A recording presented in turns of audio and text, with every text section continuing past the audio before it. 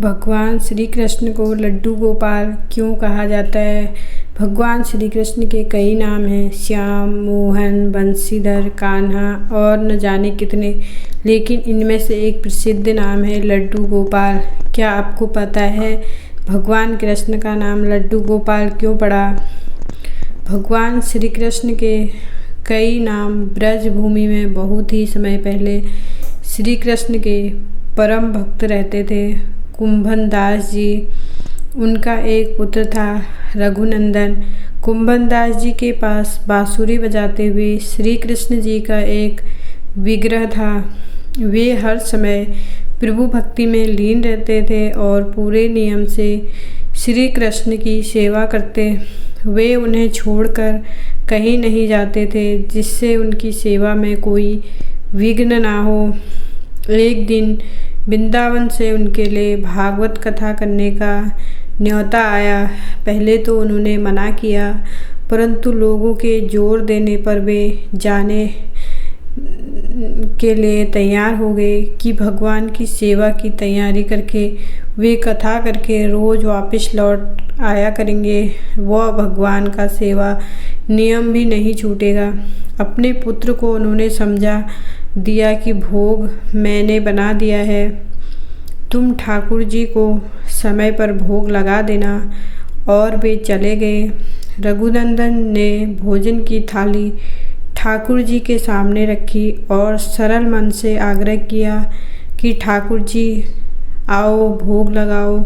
उसके बाल मन में यह छवि थी कि वे आकर अपने हाथों से भोजन करेंगे जैसे हम खाते हैं। उसने बार बार आग्रह किया, लेकिन भोजन तो वैसे ही रखा था।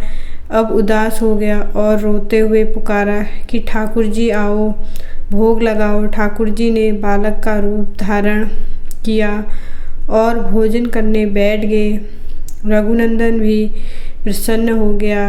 रात को कुंभन दास जी ने लौटकर पूछा कि भोग लगाया था बेटा? तो रघुनंदन ने कहा हाँ। उन्होंने प्रसाद मांगा तो पुत्र ने कहा कि ठाकुर जी ने सारा भोजन खा लिया। उन्होंने सोचा बच्चे को भूख लगी होगी तो उसने खुद खा लिया होगा।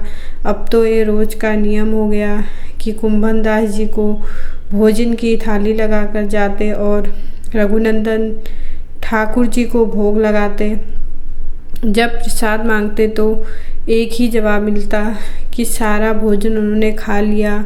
कुंभन दास जी को अब लगने लगा कि पुत्र झूठ बोलने लगा है, लेकिन क्यों? उन्होंने उस दिन लड्डू बनाकर थाली में सजा दिए और छुपकर देखने लगे कि बच्चा क्या करता है।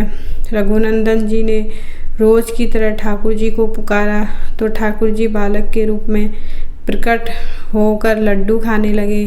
यह देखकर कुंभन दास जी दौड़ते हुए आए और प्रभु के चरणों में गिरकर विनती करने लगे।